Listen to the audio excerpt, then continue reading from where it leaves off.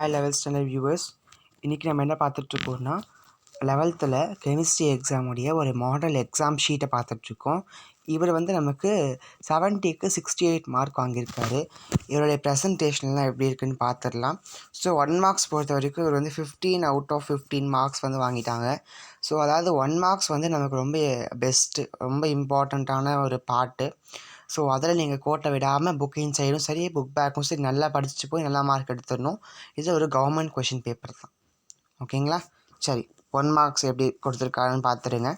So options எல்லாம் இந்த பக்கம் எழுதியிருக்காங்க. ஸோ அதுக்கு அடுத்தது ஆன்சர்ஸ் எல்லாம் கரெக்டாக எழுதியிருக்காங்க. ஸோ அந்த டீச்சர் சைன் பண்ணி இங்கே சைன் பண்ணியிருக்காங்க பாருங்கள். ஸோ கீழே வந்து என்ன பண்ணுவாங்கன்னா பப்ளிக்கில் வந்து மார்க் கொடுத்துருவாங்க. கீழே அவங்க வந்து இந்த மாதிரி மார்க் கொடுக்கல. ஸோ ப்ராப்ளம் இல்லை, கொடுத்தாலும் ப்ராப்ளம் இல்லை, கொடுக்கலாலும் ப்ராப்ளம் இல்லை, ஏன்னா அவங்க தான் கவுண்ட் பண்ண போகிறாங்க. ஸோ ஓகே, அதுக்கடுத்து வந்து நமக்கு 2 மார்க்ஸ் பார்ட் போயிடலாம். 2 மார்க்ஸ் பார்ட் பொறுத்த வரைக்கும் என்ன கொடுத்துருப்பாங்க அப்படின்னா ஃபஸ்ட்டு ஒன் வந்து ஹோமோலாகஸ் சேஸ் பற்றி கேட்டிருக்காங்க. ஸோ கரெக்டாக எழுதியிருக்காரு. ஸோ 2 மார்க் கொடுத்துட்டாங்க. அதுக்கடுத்தது வந்து பாயில்ஸ் லா பற்றி கேட்டிருக்காங்க. டெஃபனிஷனுக்கு 1 மார்க் இருக்குது, எல்லாத்துக்குமே நமக்கு சேர்த்து 1 மார்க் இருக்குது. ஸோ அதனால் நமக்கு என்ன கொடுத்துட்டாங்கன்னா 2 மார்க் கொடுத்துட்டாங்க. அவங்க எக்ஸ்பெக்ட் பண்ணுறதை நீங்கள் கொடுத்துட்டிங்கன்னா அவங்க உங்களுக்கு மார்க் குறைக்காமல் கொடுத்துருவாங்க. ஓகேங்களா? ஸோ அதுக்கு அடுத்தது நெக்ஸ்ட்டு வந்து ஈக்குவலண்ட் மாஸ் பற்றி கேட்டிருக்காங்க. ஸோ அடித்து எழுதியிருக்காரு. இந்த மாதிரி அடித்து எழுதாதீங்க, அது நமக்கு பேட் இம்ப்ரெஷனே க்ரியேட் பண்ணும். ஓகேங்களா? ஸோ ஓகே, அதுக்கு அடுத்தது வந்து நமக்கு வேறு என்ன எழுதியிருக்காங்கன்னா ஐடியல் கேஸ் ஈக்குவேஷன் கேட்டிருக்காங்க. ஐடியல் கேஸ் ஈக்குவேஷன் பொறுத்த வரைக்கும் ஃபஸ்ட்டு அந்த 3 ஈக்குவேஷன் கண்டுபிடிக்கணும். பாயில்ஸ் லா, சார்லஸ் லா, அவகேட்ராஸ் லா கண்டுபிடிச்சிட்டு கம்பைன் பண்ணணும். கம்பைன் பண்ணிவிட்டு இந்த மாதிரி எழுதுங்க. இந்த மாதிரி எழுதிக்கோங்க. R is the universal gas proportionality கான்ஸ்டன்ட்னு மென்ஷன் பண்ணுங்கள். அப்போ அவங்களுக்கு தெரியும்ல இந்த மாதிரி இருக்குது அப்படின்னு சொல்லிட்டு. ஸோ அப்போ என்ன பண்ணுவோன்னா அவங்களுக்கு தெரியிறப்ப நம்ம மிஸ்டேக் கம்மி பண்ண முடியும். மிஸ்டேக் என்ன பண்ணால் அதிகமாக கம்மி பண்ணலாம். ஸோ 20th கொஷினில் ஐடியல் கேஸ் ஈக்குவேஷன் கேட்டுட்டாங்க. ஸோ அதுக்கு அடுத்தது நமக்கு வேறு 22nd கொஸ்டினில் நமக்கு ஃபைண்ட் த ஆர்பிட்டால்ஸ் அப்படின்ற கொஸ்டின் கேட்டிருக்காங்க. ஸோ ஆர்பிட்டால்ஸை நம்ம 2 டிஃப்ரெண்ட் டைப்ஸில் ஃபைண்ட் அவுட் பண்ணலாம். ஒன்று வந்து n² மெத்தடில் ஃபைண்ட் அவுட் பண்ணலாம். ஸோ அவங்க இந்த மெத்தட் போட்டிருக்காங்க. ஸோ போட்டு முடிச்சதுக்கப்புறமா நீங்கள் பாருங்கள், ஆன்சர் கரெக்டாக வந்திருக்கு. சரி, அதுக்கு அடுத்தது ஒரு கம்பல்சரி கொஸ்டின் அட்டன் பண்ணுமானா கண்டிப்பாக அட்டன் பண்ணணும். அவர் வந்து என்ன பண்ணியிருக்காங்கன்னா 11th நம்ம 11th போர்ஷனில் நம்ம கம்பல்சரி வரணுன்னா நமக்கு போர்டு எக்ஸாமில் 6th லெசன் கேசியஸ் ஸ்டேட் ரொம்ப இம்பார்ட்டண்ட், அதுலேருந்து வரலாம். அதுக்கு அடுத்தது 1st லெசன்லேருந்து வரலாம். ஓகேங்களா? இது வந்து கேசியஸ் ஸ்டேட்லேருந்து வந்த கொஷின் அட்டன் பண்ணியிருக்காரு. ஸோ அவரை தேவைப்படுறது சப்ஸ்டியூட் பண்ணுறதுக்கு 1 மார்க் கொடுத்துட்டாங்க. கேன்சல் பண்ணுறதுக்கு 1/2 மார்க் இருக்குது. ஆன்சருக்கு நமக்கு 1/2 மார்க் இருக்குது. ஸோ டோட்டலாக நமக்கு 2 மார்க்ஸ் நமக்கு கொடுத்துட்டாங்க. சரி, 2 மார்க்ஸ் பார்ட் முடிஞ்சிருச்சு. இப்போ 3 மார்க்ஸ் லைனாக வந்துடலாம். ஸோ 3 மார்க்ஸ் பொறுத்த வரைக்கும் எப்படி எழுதியிருக்காங்க அப்படின்னா ஃபஸ்ட்டு ஹேசின்பர்க் அன்சர்டனிட்டி பிரின்சிபல் இது கேட்டிருக்காங்க. ஹேசின்பர்க் அன்சர்டனிட்டி பிரின்சிபல் பொறுத்த வரைக்கும் இந்த தியரிக்கு 2 மார்க்கு, ஃபார்முலாவுக்கு 1 மார்க்கு. ஸோ டோட்டலாக 3 மார்க் கொடுத்துட்டாங்க. அதுக்கடுத்து வந்து ஈக்குவலண்ட் மாஸ் கண்டுபிடிக்கிறது. ஃபஸ்ட்டு சாப்டர் அந்த டப்பா இருக்கும்ல, அந்த டப்பா இப்படி கொடுத்துருப்பாங்களே, ஸோ அதுலேருந்து ஒரு 3 மார்க் கேட்டிருக்காங்க. பாருங்கள் எங்கேருந்தெல்லாம் கேட்குறாங்க பாருங்கள். ஸோ அதுக்கு வந்து என்ன பண்ணியிருக்காருன்னா ஃபார்முலா போட்டிருக்காரு. ஃபார்முலாவுக்கு 1 மார்க்கு. அதுக்கு அடுத்தது பேஸ் அதான் H2SO4 கண்டுபிடிச்சிருக்காரு. ஸோ 2 ஈக்குவலண்ட் மோல் இன்வெர்ஸ்னு கண்டுபிடிச்சிருக்காங்க. அதுக்கடுத்து மோலார் மாஸ் ஆஃப் H2SO4 98ன்னு கண்டுபிடிச்சாரு.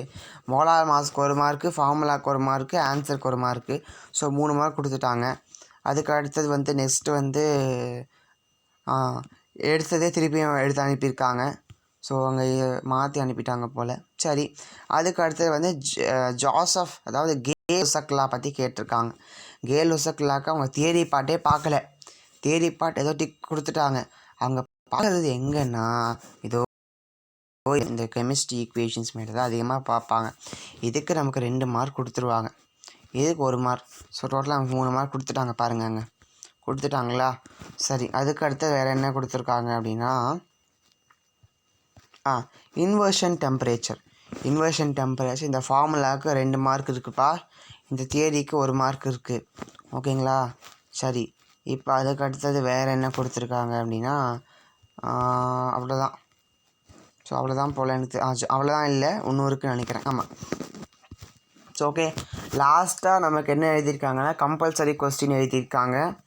கம்பல்சரி கொஸ்டின் கம்பல்சரி கொஸ்டினா இது? இல்லை கம்பல்சரி கொஸ்டின் இது கிடையாது.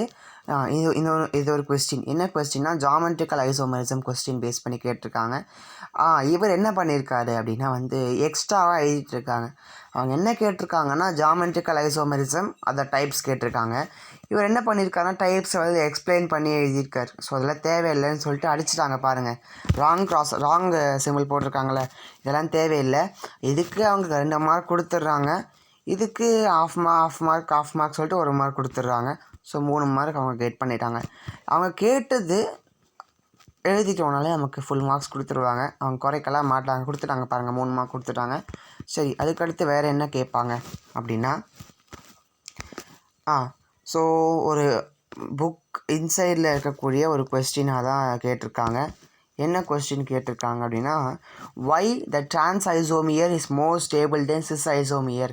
இது நமக்கு 11th லெசன்லேயோ 12th லெசன்லேயோ இருக்கிற ஒரு இம்பார்ட்டண்ட்டான ஒரு கொஸ்டின். ஓகேங்களா? ஸோ அதை கொஞ்சம் நல்லா படிச்சிருங்க. ஸோ அதுக்குமே நமக்கு ஆன்சர் கரெக்டாக எழுதிட்டாங்க.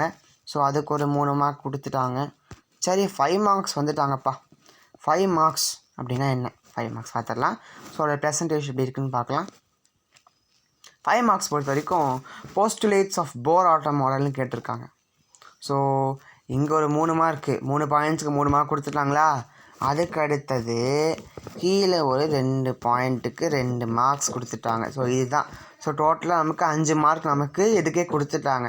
சரி, இப்போ அதுக்கு அடுத்தது செகண்ட் 5 மார்க் பார்த்தோன்னா டி ப்ராக்லி ஈக்குவேஷன். அதான் சொல்கிறேனே, அவர் கொடுத்ததை மட்டும் எழுதியிருந்தாலே போதும்.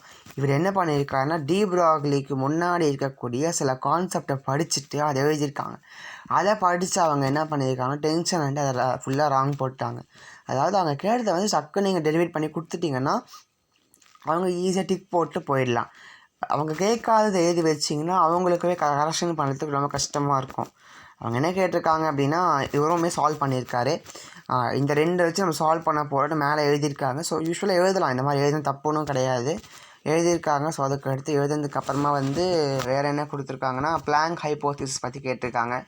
அதை பற்றி கொடுத்துருக்காங்க. இதுக்கு நமக்கு இதுக்கு நமக்கு 1 மார்க் இருக்குது. ஸோ இதுக்கு 1 மார்க் இருக்குது.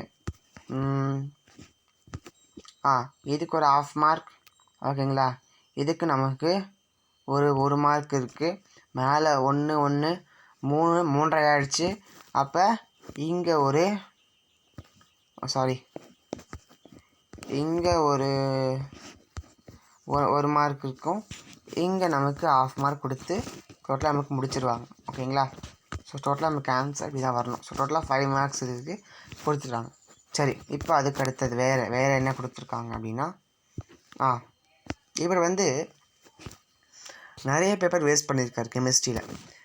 வான் டெர் வால்ஸ் ஈக்குவேஷன் அப்படின்ற ஒரு ஈக்குவேஷன் கொடுத்துருக்காங்க. அதுக்கு என்ன பண்ணியிருக்காங்கன்னா அடித்து இப்படி போட்டு இப்படி மாற்றி இதை ஃபுல்லாகவே ஸ்ட்ரைக் அவுட் பண்ணி எழுதியிருக்காங்க. ஸோ இது ஒரு பேட் இம்ப்ரெஷனை க்ரியேட் பண்ணணும் டீச்சர்ஸ் மத்தியில். ஸோ ஓகே, ஸோ அதுக்கடுத்து தெளிவாக போட்டிருக்காங்க. தெளிவாக என்ன போட்டிருக்காங்க அப்படின்னா by using ideal gas equation போட்டுட்டு PV = nRT சப்ஸ்டியூட் பண்ணிவிட்டு ஆன்சர் கண்டுபிடிச்சிட்டாங்க. எனக்கு தெரிஞ்சவருக்கு எதுவுமே மார்க் போகவே இல்லை. அப்போ ஐ திங்க் இதில் தான் போயிருக்கணும். ஸோ ஆமாம், இதில் தான் போயிருக்குன்னு நினைக்கிறேன். எஸ், மார்க் போயிருக்கு. பார்த்தீங்களா? இங்கே ரவுண்ட் பண்ணிட்டாங்க. அதாவது இது மேலே வரணும், இது கீழே வரணும். ஸோ ரவுண்ட் பண்ணி மார்க் உடச்சிட்டாங்க. இதுக்கப்புறம் 4 மார்க் கொடுத்துருக்காங்க. கொஞ்சம் பார்த்து போடுங்க. ஈக்குவேஷன் உங்களுக்கு தெரியும், வேறு பாட் அட்டன் பண்ணி அதாவது ஃபுல் மார்க் வாங்கிக்கலாம். தெரிஞ்ச பாட் அட்டன் பண்ணிவிட்டு இப்போ மிஸ்டேக் பண்ணதால் பாருங்கள் மற்ற மாதிரி போயிட்டுருக்கு. இப்போ அதுக்கடுத்து ரொம்ப நமக்கு எல்லாருக்குமே தெரிஞ்ச ஒரு கான்செப்ட் என்னென்னா கேரக்டரைஸ்ட் ஆஃப் ஆர்கானிக். ஸோ 5 பாயிண்ட்டுக்கு 5 மார்க்கு நியாயமாக கொடுத்துருக்கணும். பட் இவங்க ஏன் கொடுக்கல அப்படின்னா அவர் என்கிட்ட சொன்னாங்க. என்ன சொன்னாங்கன்னா ஆர்கானிக் காம்பவுண்ட்ஸ் கீழே ஹோமோலாகஸ் ஸ்டேஜஸ் மென்ஷன் பண்ணுமா. ஹோமோலாகஸ் சீரியஸும் ஆர்கானிக் காம்பவுண்ட்ஸும் ஃபங்க்ஷனல் குரூப்பில் இருக்கிறதால நம்ம அதை பற்றி மென்ஷன் பண்ணணும் அப்படின்னு சொல்லியிருந்தாங்க. ஸோ நான் மறந்துட்டேன் மென்ஷன் பண்ணுறதுக்கு. இப்போ சொல்கிறேன் உங்களுக்கு. அவருமே மறந்துட்டாங்க மென்ஷன் பண்ணுறதுக்கு. ஸோ நானுமே மறந்துட்டுருப்பேன். இதை பேப்பர் பார்த்தோன்னே ஞாபகம் இருந்துச்சு, மென்ஷன் பண்ணிட்டேன். பப்ளிக்கில் தேவையில்லை. பப்ளிக்கில் வந்து நீங்கள் இந்த 5 மார்க்ஸ் இருக்குல்ல, இந்த 5 பாயிண்ட் எதுனா உங்களுக்கு 5 மார்க். ஓகேங்களா? இப்போ இது முடிஞ்சிருச்சு. இப்போ வேறு என்ன இருக்குது அப்படின்னா, லாஸ்ட் ஒரு 5 மார்க் இருக்குது. ஸோ அது என்ன 5 மார்க்னா, ஜாமெட்ரிக்கல் ஐசோமெரிசம். ஸோ இதுதான் ரொம்ப ரொம்ப இம்பார்ட்டண்ட்டானது, ஜாமெட்ரிக்கல் ஐசோமெரிசம். ஸோ ஜாமெட்ரிக்கல் ஐசோமெரிசம்னா என்னென்னு கேட்டிருக்காங்க. ஸோ அதுக்கு 2 மார்க் கொடுத்துட்டாங்க. இந்த கதையெல்லாம் அவங்க படிக்கவே இல்லை. 2 மார்க் கொடுத்ததுக்கப்புறமா இங்கே ஒரு 3 மார்க் கொடுத்துட்டு நமக்கு என் பண்ணிட்டாங்க. அவங்க கேட்டது நீங்கள் கரெக்டாக கொடுத்துட்டிங்கன்னா உங்களுக்கு வந்து அவங்க 5 மார்க்ஸ் கொடுத்துருவாங்க. ஓகேங்களா? ஸோ ஆல் த பெஸ்ட், நல்லா பண்ணுங்கள். தேங்க்யூ.